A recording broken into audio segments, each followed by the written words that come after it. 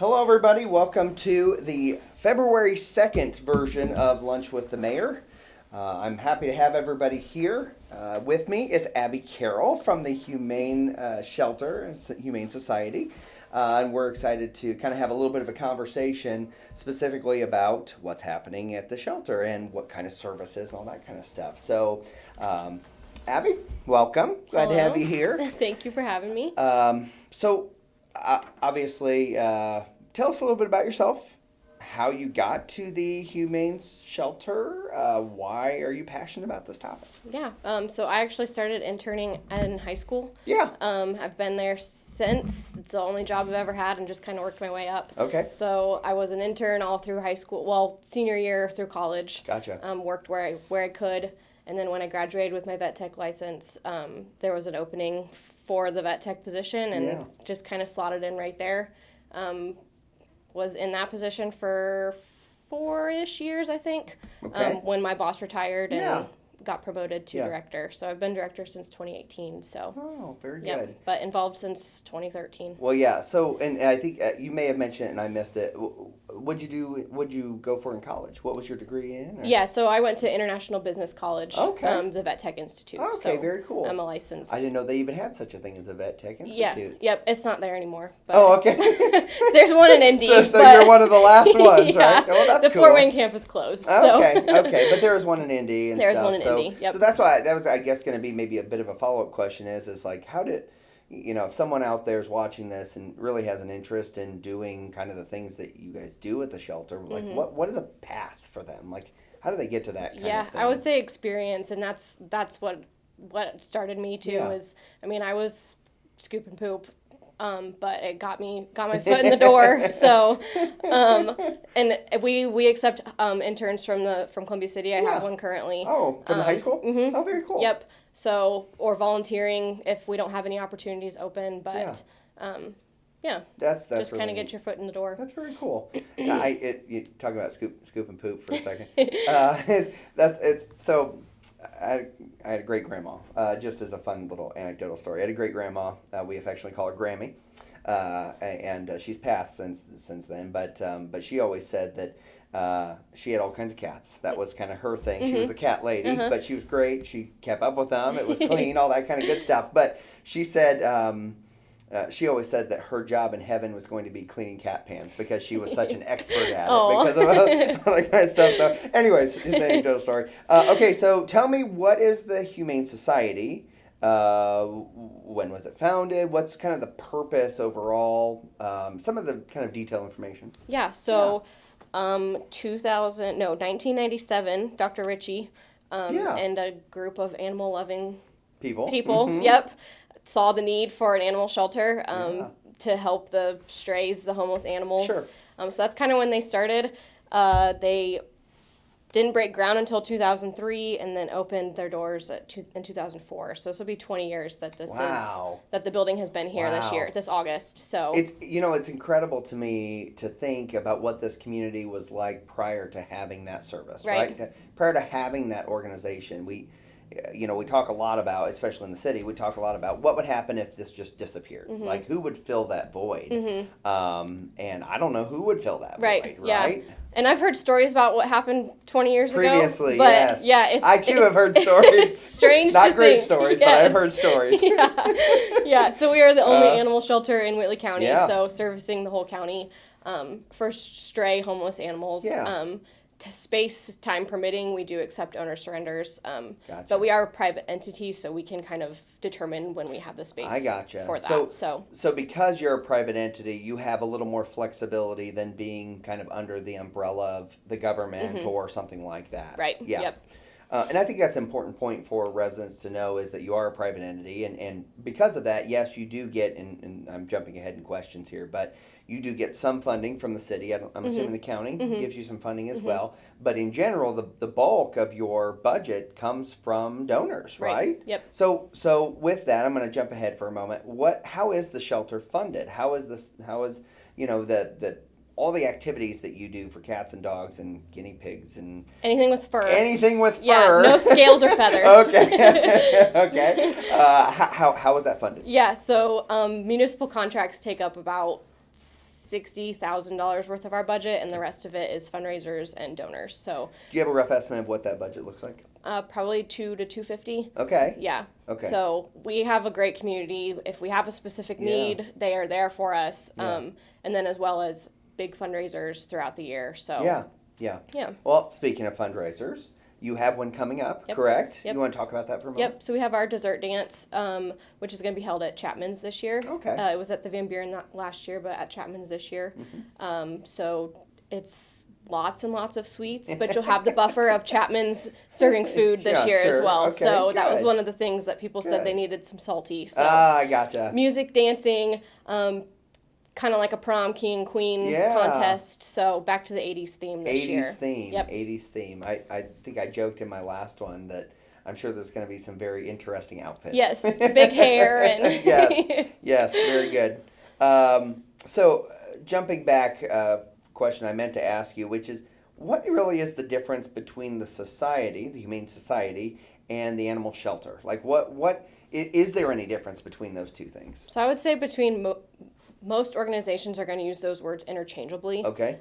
I think I already have in this Yeah, in yep. this entity. So Our legal name is society. okay.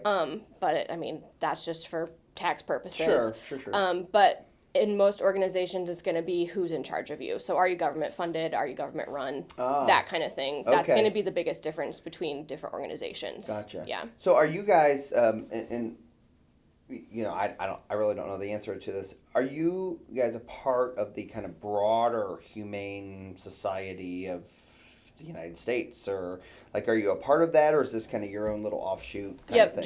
just us. I mean, Yeah. we will work with other organizations, Sure. and we do frequently. Yeah. But it's really just us. That, Yeah. So, but again, I think that's an important distinction, because I think when individuals are seeing, I don't know, commercials or ads or whatever for the United States Humane Society or whatever the official name is of that, know that those dollars aren't going to you. Right. Right. Yep. And I think what's important is I've got to imagine every dollar that's given to the Humane Society of Whitley County, I think is the official name, or Yep. something like that. That every dollar is staying here. It's yep, not staying being right in Whitley given to County. a bigger organization Yep. and those kind of things, which I Yep. think is a really important kind of factor. So, in regards to the shelter specific, I guess, what are the primary focus areas? You talked about, anything with fur. No feathers or scales, Yes. right? I'm trying to think if there's any other animal that would fall outside of that, but what is that? What is that focus area? Yeah, so dogs, cats, guinea pigs, rabbits, that's kind of what we see the most of.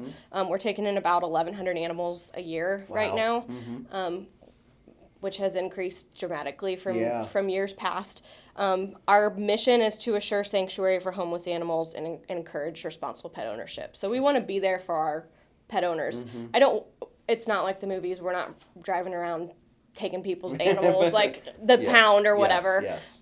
We want to, if we can keep the animal in the home, that's our main goal. Yeah. So whatever resources we can provide. Sure, and I think again, I know obviously, and you know this, our youth council has been out many times to the humane shelter to really just spend time with the animals, socializing them, but also doing things like packing peanut butter in little things, Yep. or I think it's Enrichment peanut butter. project- enrichment, projects, yeah, yep. those kind of things, as well as letting cats climb all over us and playing with dogs and all that kind of stuff, but cleaning cages. So I'm jumping all around here, but I guess I do wonder if obviously a lot of people in our community that love not only their pets but love animals in general, right?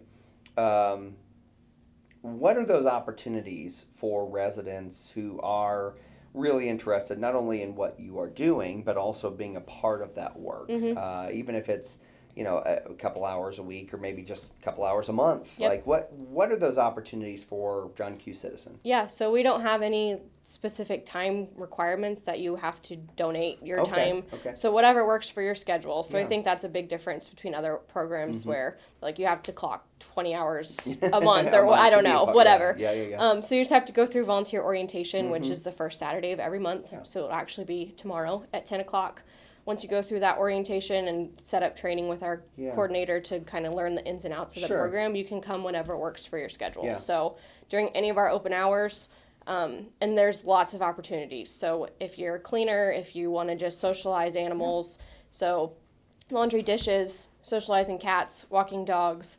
If coming into the shelter breaks your heart and you can't do it, you can go to offsite events and help with fundraisers, help with adoption events. So lots of opportunities for a little bit of everyone. Sure, that's awesome. Well, and so also, by the way, you all know this if you've been a subscriber and been a part of this for a while.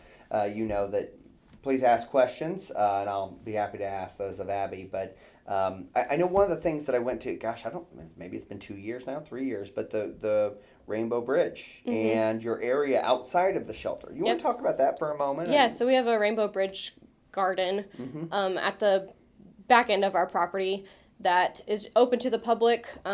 We as staff and volunteers have used it too, but it's just a place to go and kind of reminisce on those that we've lost. Yeah. There's a really cool tree that has, you can go to Ace or wherever and bring your tag or there's people have put like their cat's favorite toy on there or whatever.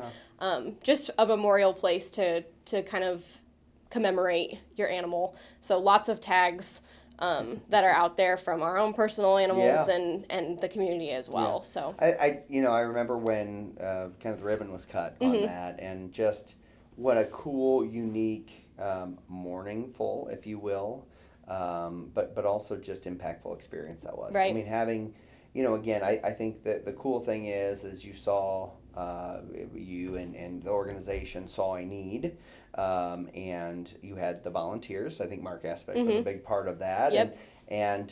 But there was definitely a need for a place for individuals to mourn the loss of their family member, right? And to have a place where they could probably even, I'm assuming, scatter ashes and things to that effect. So I just think that's a really cool thing. Most people don't know that that's out there. Yeah. But I would imagine if you've driven by and said, "What's that big colorful thing out there?" What's that garden out there for? I think that's a really important thing. Yep. One of my favorite parts of the day is to see, and I apologize, I don't know her name, but the lady that rides the bike with the dogs around our block Stacy. here, Stacy. Okay. Yep. Because it's fun to watch her, because I know the dogs are getting exercise and all that kind of stuff, but I think it's fun to see what dogs are running with her and all that kind of stuff. That's really cool. Yeah. So what kind of things does the public need to know about the Humane Society? What are the things, what are some fun facts, if you will? Yeah. So the first thing I jotted down was kind of on the note of being government funded versus not. So in that aspect, we are not animal control. So I think that's the biggest misconception. That is correct. Yeah. So we house and take care of them once they are in our care, but again, we don't have people going out taking people's animals. We don't have that jurisdiction to do that. Yeah. So don't call your office if your neighbor's dog is being mistreated. Right. Yep. Call the city. Yes. Call dispatch. Yep. Call police officers. We will assist if they need us, but we have to have their permission to do so. So that's the biggest misconception, is that we can't just go take someone's animal if they're being mistreated. Well, I think that's a really good point. I know that in the past, the city has used the Humane Shelter for, I'm going to get mixed up with those terms all the time, the Humane Shelter for temperament tests and things like that. Like I know that over, I'm in my 13th year as mayor, but there's been multiple times where we've had, we'll say, dangerous animal complaints, if you will. And so in order to determine if it truly is a dangerous animal, there's temperament tests and things. But in general, yes, the Humane Shelter acts as our as kind of our holding agency. Facility. Yep. Yeah, absolutely. And I think that's a really cool thing that we've been able to partner together. And I know you provide a report at the end of the year and all that kind of good stuff. So what other information is important for the public to know about the other, I guess I'll talk about adoption fees first. Adoption fees, cats are name your price. You get to choose what you want to pay for them just because we have so many of them. Yep. Kittens vary from 25 to 50, but and then dogs are generally $125 is the adult price. But what that includes, so that may seem like a big number, but you're getting a spayed or neutered animal, microchipped, vaccinated on age-appropriate vaccines. You get a bag of food. You get a free exam when you leave with them. So it comes with lots of things that you don't have to go and spend that money at the vet. So just something important to kind of share there. And I think that's another important point is, the Humane Shelter invest tons of money in these animals, right? Tons of money. Yep. Because you do want them to be adoptable. Right. You do want them to be healthy and fed well and all those kind of things. Yep. So, and you probably don't know this. I know I'm totally putting you on the spot with this question.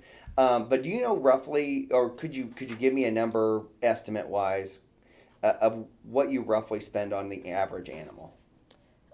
I know I'm putting you on the spot. So no, the average animal that doesn't have anything crazy going on, we estimate is around $108. I think that's more so a dog because our dogs move out a little bit quicker. I gotcha. But give or take Yes. the basic medical stuff. Yeah. Probably a little bit more because of the economy right now, the but inflation. Yeah, for sure. yes, that's the general. Yeah. And that I think that's a really important point to know because I know there are animals, cats, dogs, etc., that spend a lot of time in the shelter, like months and hopefully not years, but sometimes many, many months. Right? Never years since I've been there. At least. Okay. Well, that's great. That's good news. I'm glad to hear that. And so, but you think about, the average person and what they probably spend on food and shelter and care and, toys or whatever on their animals.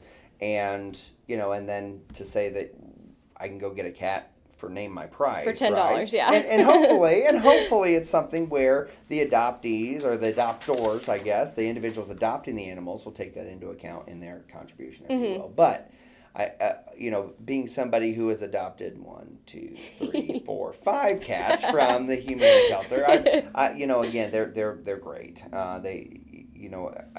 It's awesome to go in there and to not only see the animals that seem to be happy in general, right? And definitely well taken care of, but the fact that you have some office animals as well, right? Yep, sometimes. Yeah, I'm really curious about, this is a Ryan question. How do you get to how does an animal get to the point where they become an office animal? Because I think it's the biggest cush job that anybody at the shelter has. So sometimes it depends. So our first, since I've been there, our first official office animal was Bianca. She was this mean old grumpy cat. Okay. She didn't use a litter box. Okay. She did not care. She was going to go wherever she pleased. I gotcha. Okay. So who wants that? Yes. And she was old, so we knew her. Her timeline was short. Yes. Okay. So we just let her kind of boss us around, she got to go wherever she pleased, and we'd cleaned up after her. And so that's kind of how it started. Yeah. We haven't had too many that ended their life with us since Bianca, but there have been some that because of medical issues or whatever that come up into the office. Maybe you need a little more attention, a little more specificity on how they're treated. That kind of stuff. So Bianca kind of started that. She was our first one. Okay. We have a wall in our office of all the animals who that's cool. Have had that title. So that's really cool. That's really cool. Well, I think that's really neat. I'm sorry, I cut you off. Is there any other facts? Or? Oh, you're good. Well, I guess talking about the cost of things, we just had our holiday party a couple weeks ago, so we had a trivia game that I got these numbers around. Oh, okay. And when I typed this out earlier this week, 5,915 pounds of dog food is what we went through last year. Okay. Yeah, and so then I broke that down in 35-pound bags. So that's like 15 bags at least a month. Wow. Of dog food. So just kind of put into perspective the amount of supplies that we're going through. Oh my gosh. I personally have a 145-pound St. Bernard at home, and he eats a lot of food, but that's even more, that's a big number. Sure.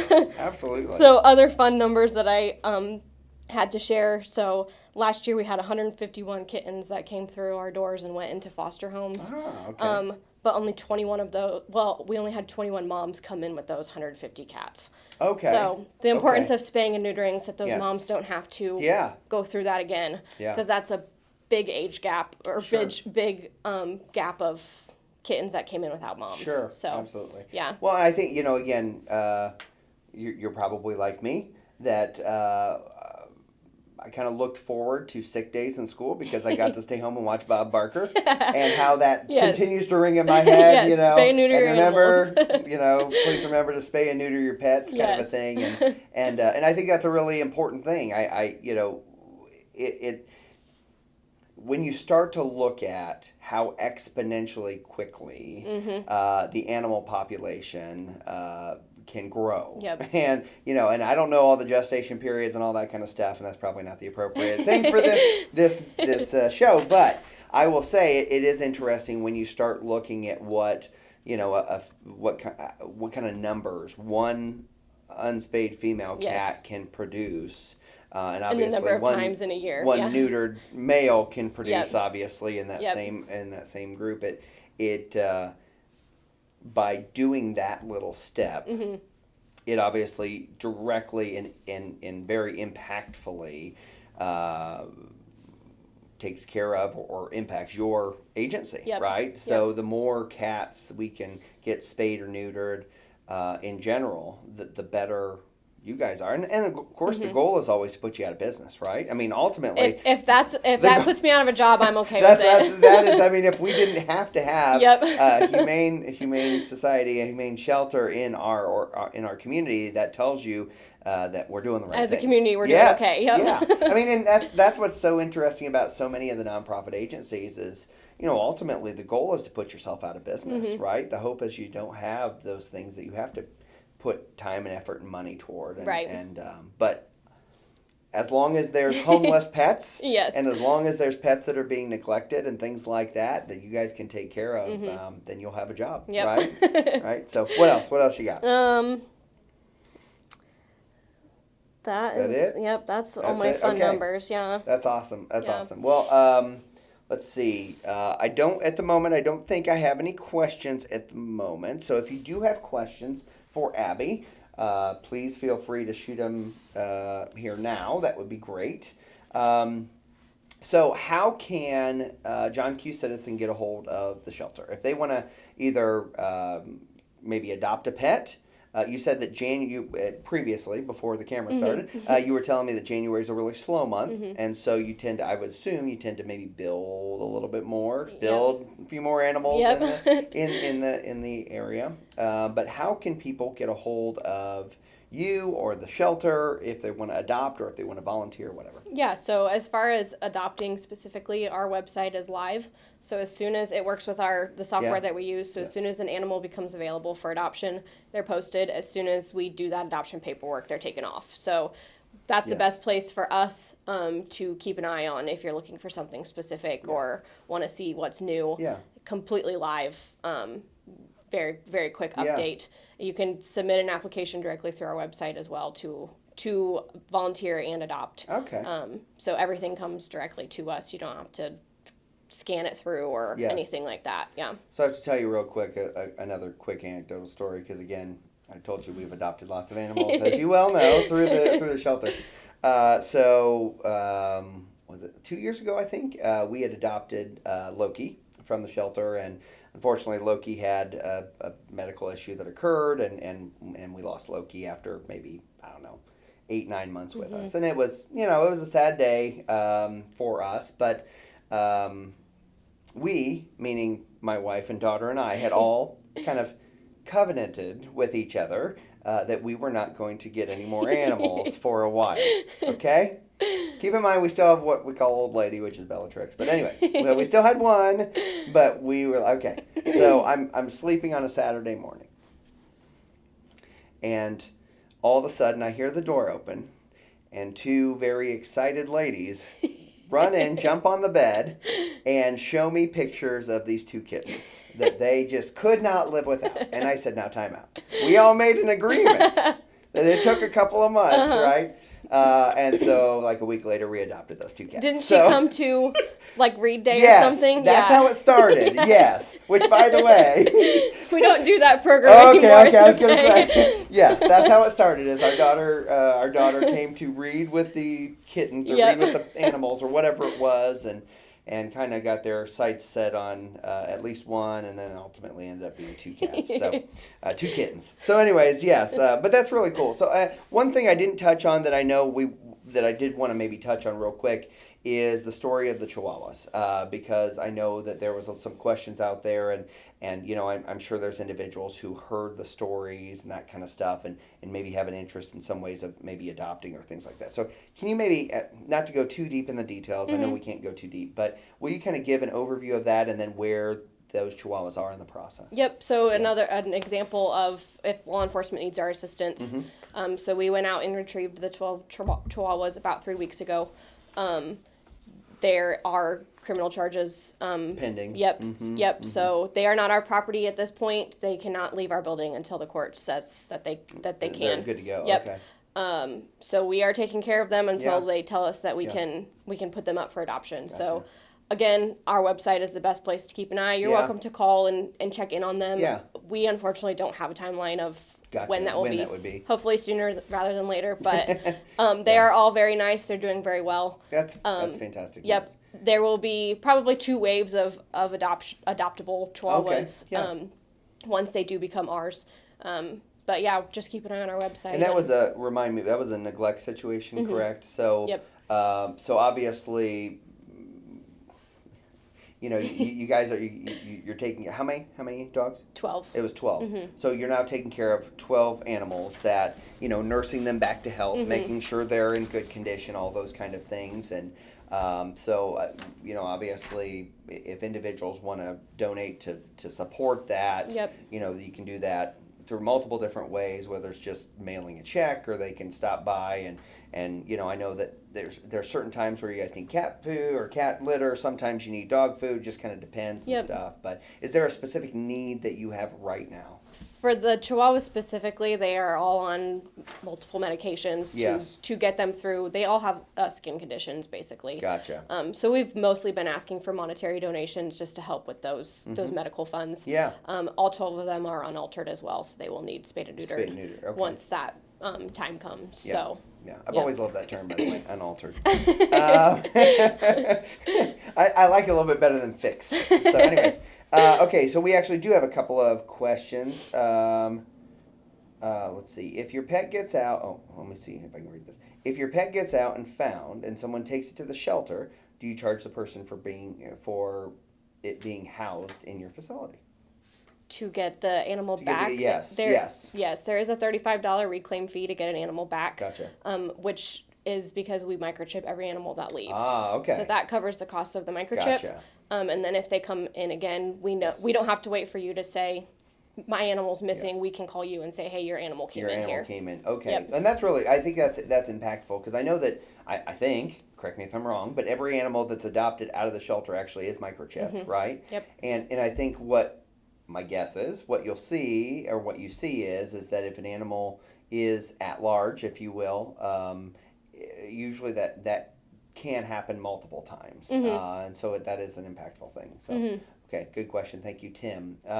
Karen said, why are you not doing Read to the Animals anymore? Is there a reason for that? That program, so it was an outside organization that came in and did it for us. Okay, yeah. gotcha. And she closed her doors, unfortunately. Oh, that's unfortunate. Yeah. Okay. Yep. So nothing with us, but Yeah.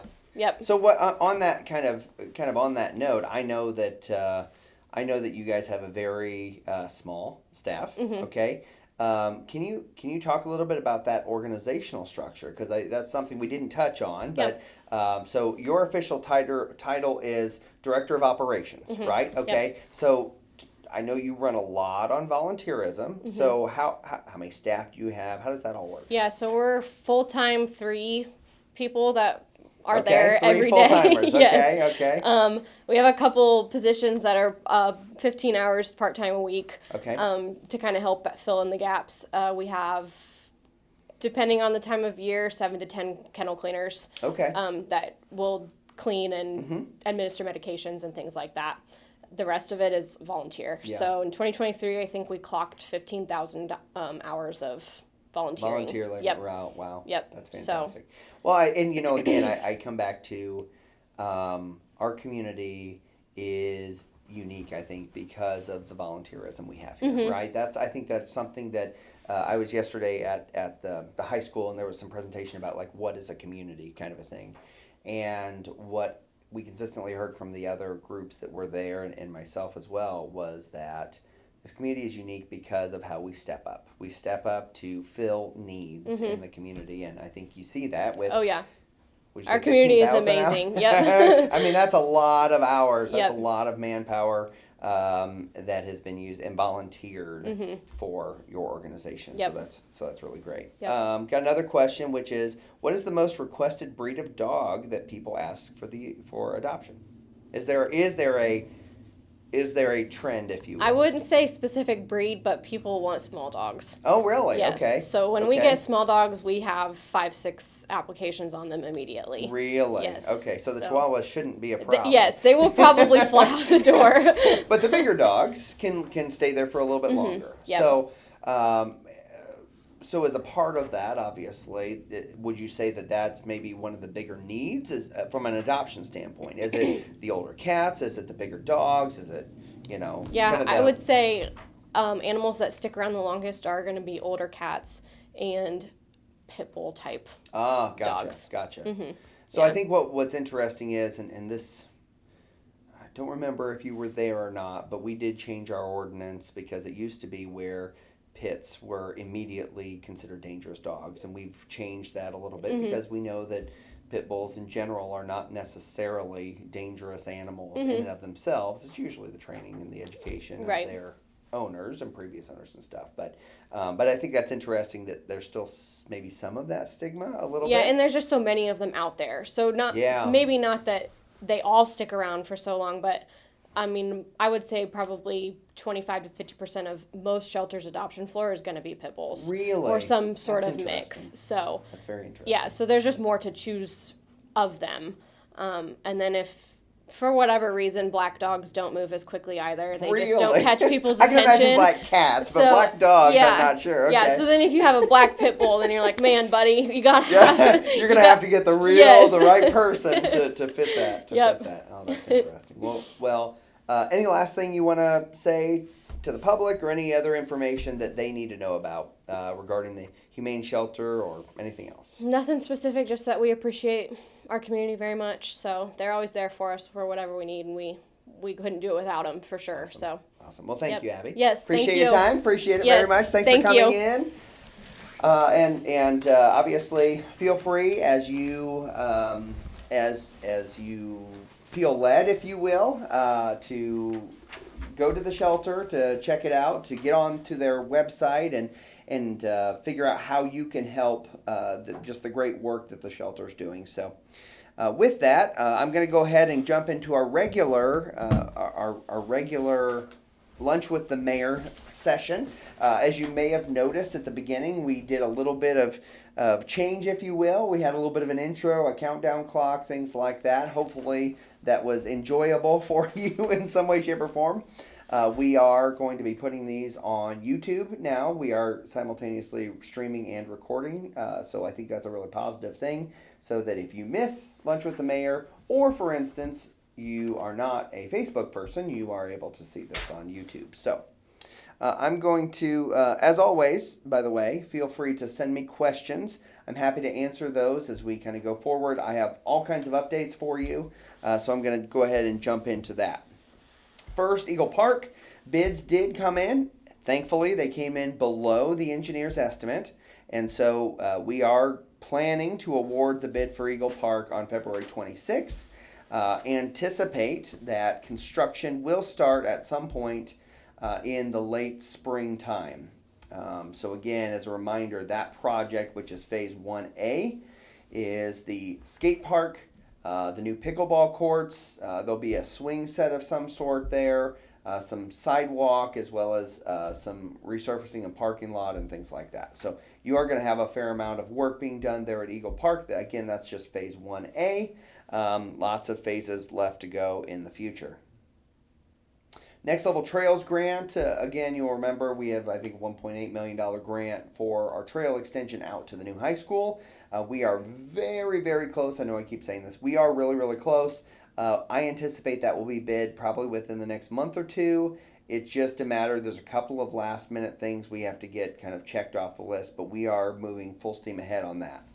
Westgate Phase 2, That's Buddale Drive and Lawrence Drive.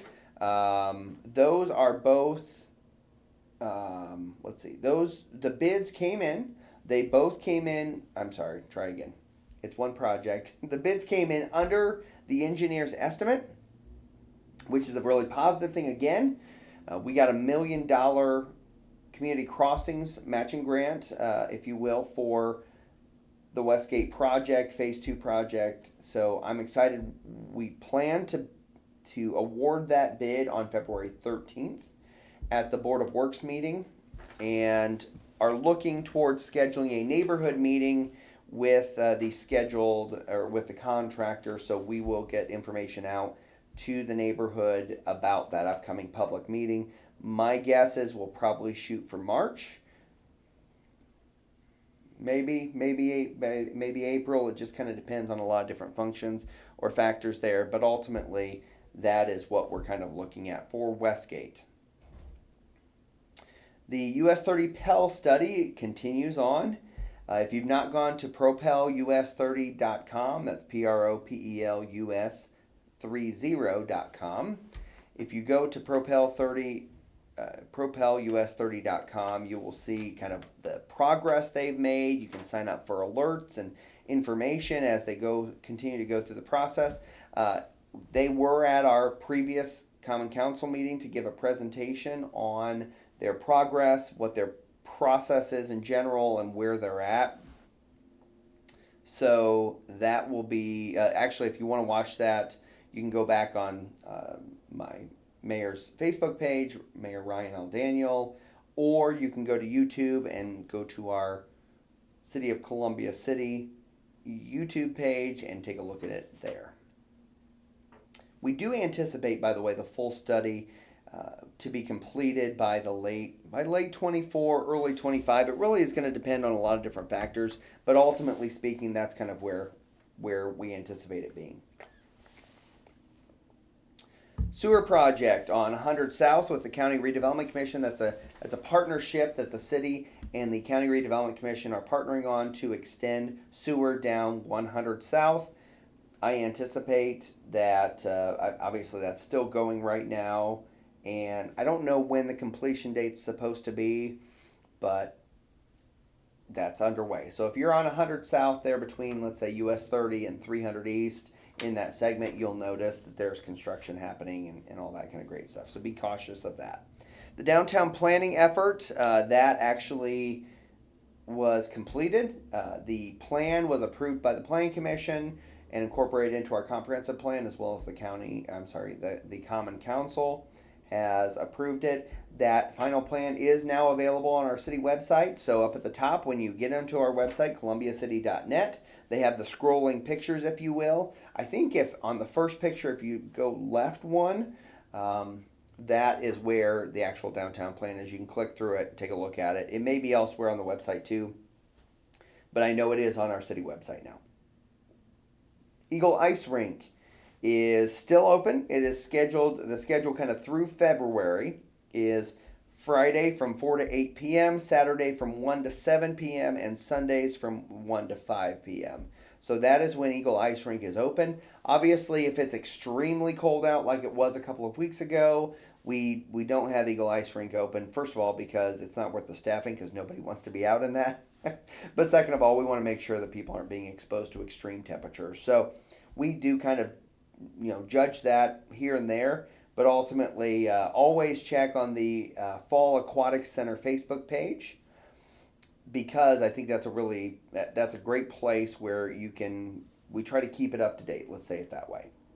Further, and I haven't really talked much about this, but we have now rolled out a new service called Rave, which is a text or email alert system, and you can literally sign up for Fall Aquatic Center notifications. So if the pool is too full, or or we're going to be closed because it's a rain day, or the temperatures are extreme for skating for Eagle Ice Rink, whatever those cases are. You can sign up for, hey, lunch with the mayor is going to be happening today or tomorrow or whatever. You can sign up for upcoming council meeting or arts commission or housing authority.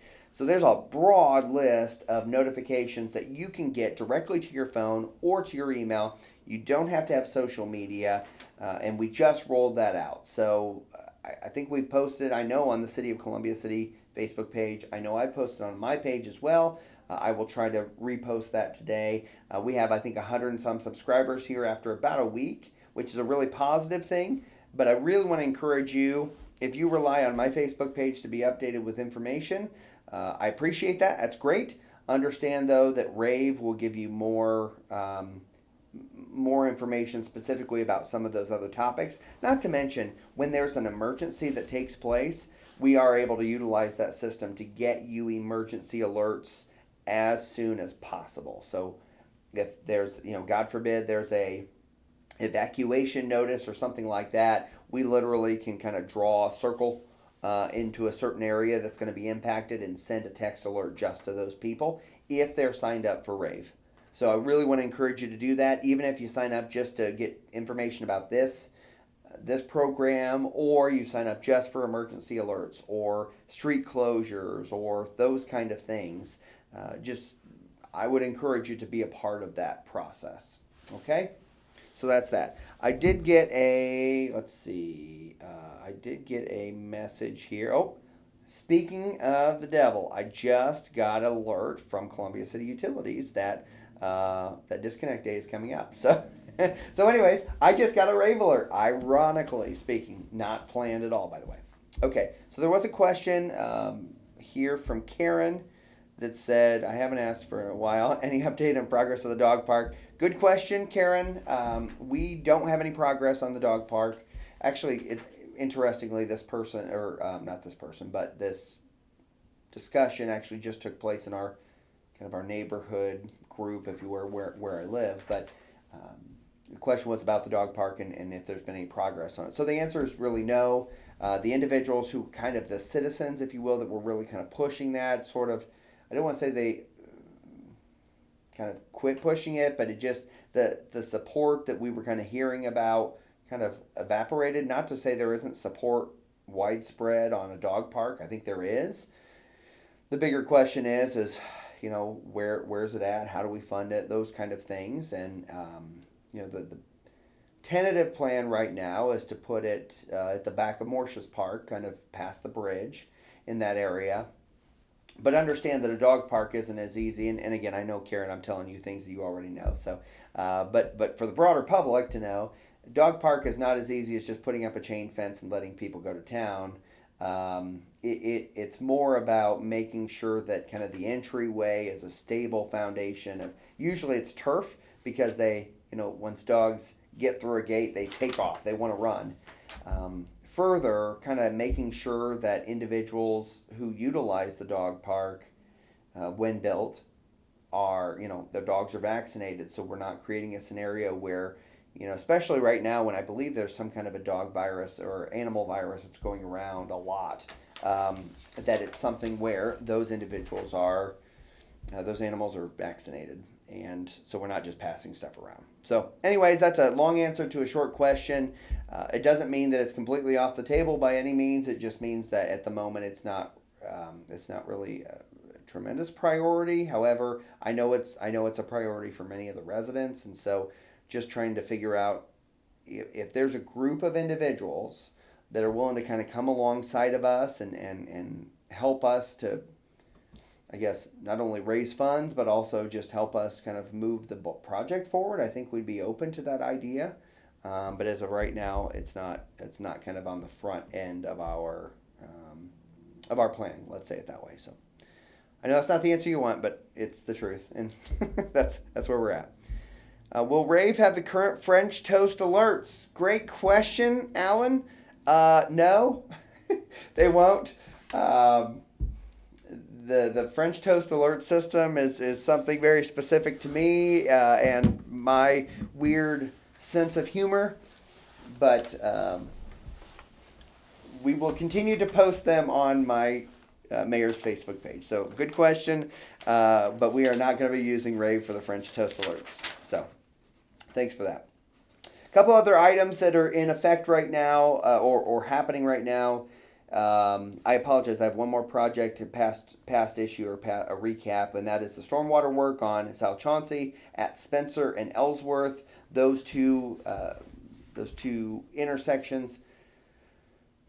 They kind of got delayed because of the really cold temperatures, and then we had all the rain and all that stuff. But I did see them down there today. I know that they're continuing to work on separating that stormwater from our sewer system, and of course help with some of the sewer gas that was getting out there. So that is coming along. So other issues. Again, food and beverage tax is now in effect, and so we appreciate the restaurateurs that have been really supportive of that, have continued to be supportive of that. Of course, all those dollars directly go toward the construction of Eagle Park. It doesn't go toward salaries. It doesn't go toward anything else. It really just goes to constructing Eagle Park as kind of our tourism, if you will, focus. Also, keep in mind it is a 20-year tax. It is not. It will go away. Legislation at the state house has mandated it goes away after 20 years. So just so you're aware kind of what those parameters are. Talk about Rave. Sign up for Rave alerts. And again, I think you can do that not only on our website, but I will also post that again on my Facebook page.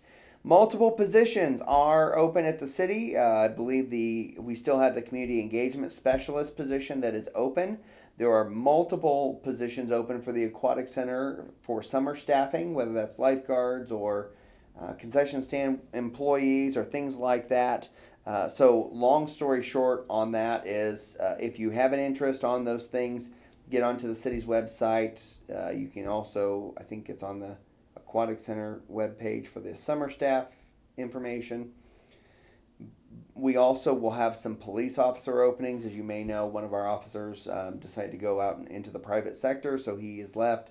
We had another officer that just decided that this wasn't the job for him, and that's great. And we congratulate him on making that decision, just purely for the sake of it's always good to know that ahead of time. So a couple other things that are happening, and Heidi, I see your question. Let me get to it here in 2 seconds. So a couple things that I've gotten a lot of questions about. One is what's happening on the former Advanced Auto Parts building, and the answer to that is it's a new car wash. They have submitted plans. They're working on it right now, so that will soon be a new car wash there at the Advanced Auto Parts building. And then also the other question I get a lot recently is what is being built on Connection Way, basically across from the Culvers that's over there at Lincoln Way and Connection Way. And the answer is Farm Credit Services is building a new building out there. Why they're doing that, I don't know. I've not been told that, but the question I keep getting is they have such a nice building, they just remodeled it. Why are they doing it? I'm sure they have good reasons. I don't know what those reasons are, but yes, they are moving out to the corner of Connection Way and Lincoln Way. Okay? So, Heidi's question says, join late. What is happening along Park Street? Can you be more specific, Heidi? I'm not sure exactly what you mean. Maybe I know what that means.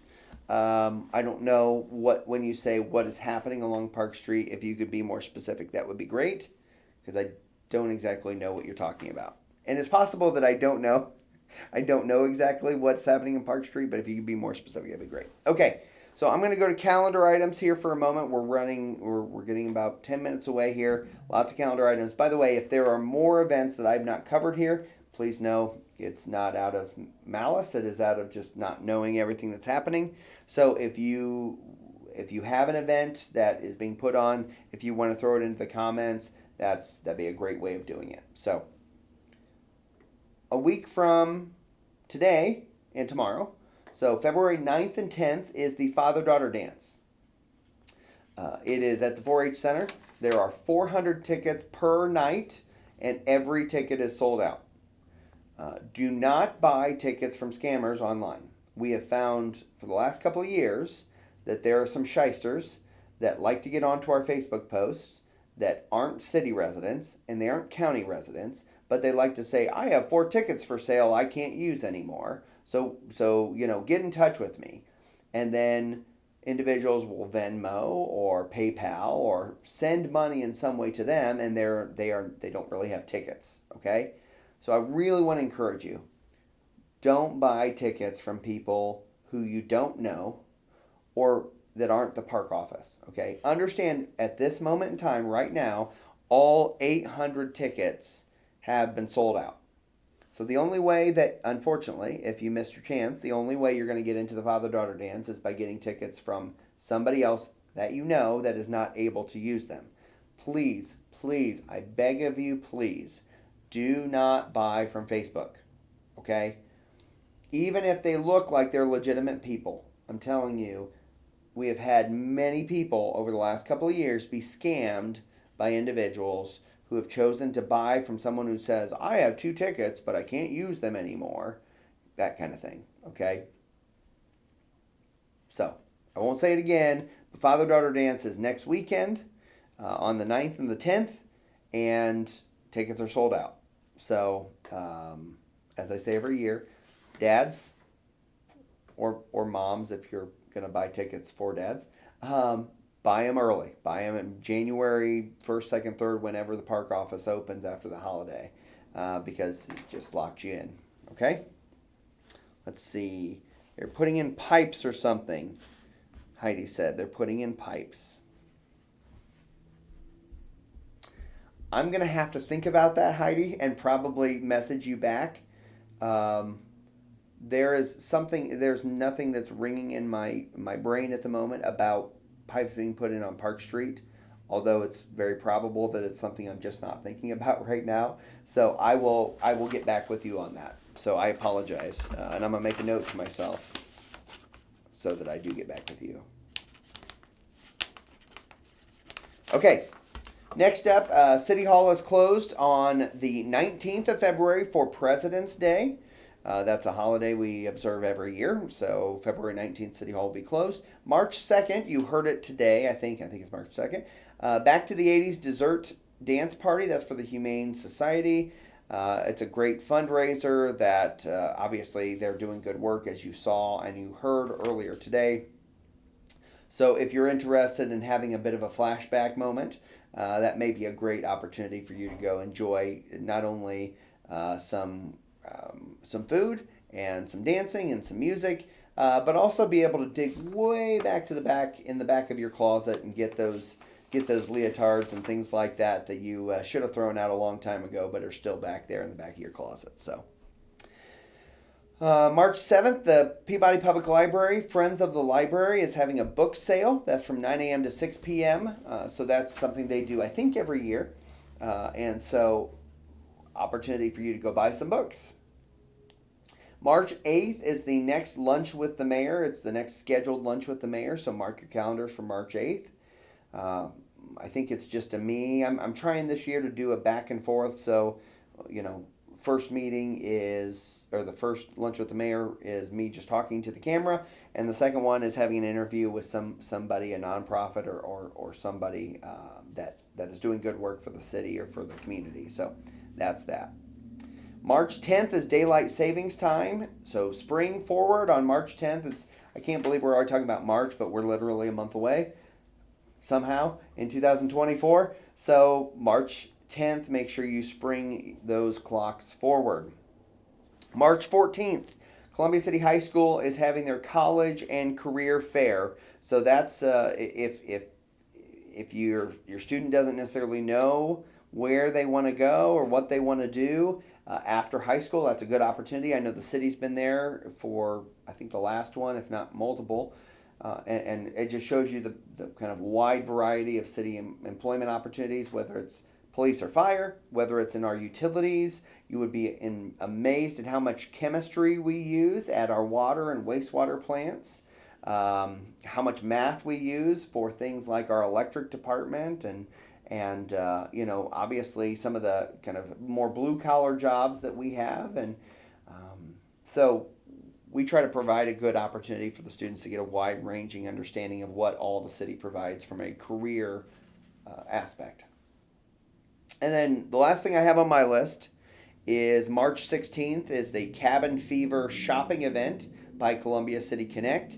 As you're well aware, Columbia City Connect does a great job of providing different opportunities not only for shopping downtown, but also enjoying festivals and things to that effect in our downtown community. So grab your friends, come downtown for the Cabin Fever shopping event. Okay, I do have another question. By the way, this is your last chance. If you have questions for me, please shoot them my way, and I'm happy to answer those. Are they developing the old hospital property, Easter Seals, Art Passages property? Good question, Alan. I know that there was plans for developing the former hospital property. Those plans, I think, were shelved for a while. I don't know where they're at now. I believe we do have I do have a meeting coming up in the near future, potentially about the future of that property, maybe. But I will tell you, I've not heard much of anything now on the future of that property. Obviously, it's a great property. It's in the middle of, sort of in the middle of our community. It has a lot of great connections. But I think that, there may have been some funding or something that I don't know if it fell through or just changed or what the situation is there. But that's what I know about that. So. Maybe one last thing I'll mention, because we do have just a couple minutes left. One thing I maybe should mention, obviously we continue looking for opportunities for restaurants to locate to our community, for other opportunities of, shopping experiences, things like that in our community. As always, I want to encourage you to shop local if possible. There's still plenty of things plenty of opportunities to shop for different home goods or clothes or things like that here locally. But I do want to say one thing real quick about Ball Furniture. As you know, Ball Furniture's owners have decided to call it a career, have decided to retire. I certainly cannot fault them for that. I know that Ball Furniture has been a long-term business here in our downtown, and they will leave a large hole, if you will, in our downtown. And but I know that this is the right move for them, and so I want to just congratulate the Ball family on a long history of having, great customer service and having a mainstay in our downtown, individuals who have given much of themselves to our community.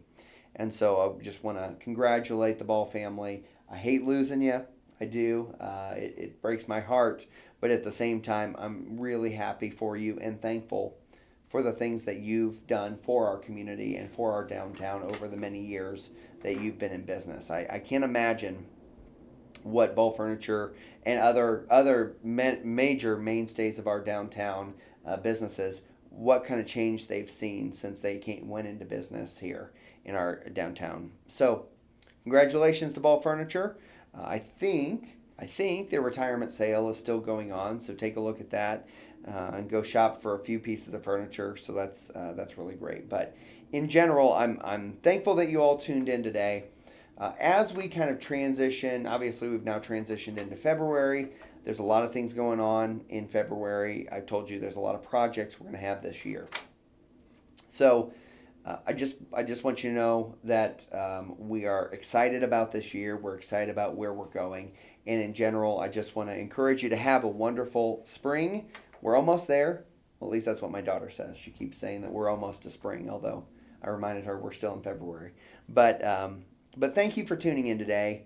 Thanks for making this a part of your day, of your education about your community and what's going on. And finally, I just want to encourage you that you reach out to somebody who maybe looks like they're having a hard time, or maybe that's even you. Reach out for help. I want to encourage you that we have a lot of people who are willing to give of themselves and a lot of people who are willing to help. So if it is something that you're struggling with, if it's somebody or a situation that you need a little friendliness or a little guidance on, reach out to a friend. If you're somebody who is just filled with gratitude and have something to give to the community, I want to encourage you to give. Give of yourself to nonprofits or to a friend or to a neighbor. Help us to become more connected in a world where we're consistently being brought further and further apart. So thanks everybody. Hope you have a great rest of the, I guess, Friday and a weekend. And we will see you next time, which again is on March 8th. We'll see you later. Take care.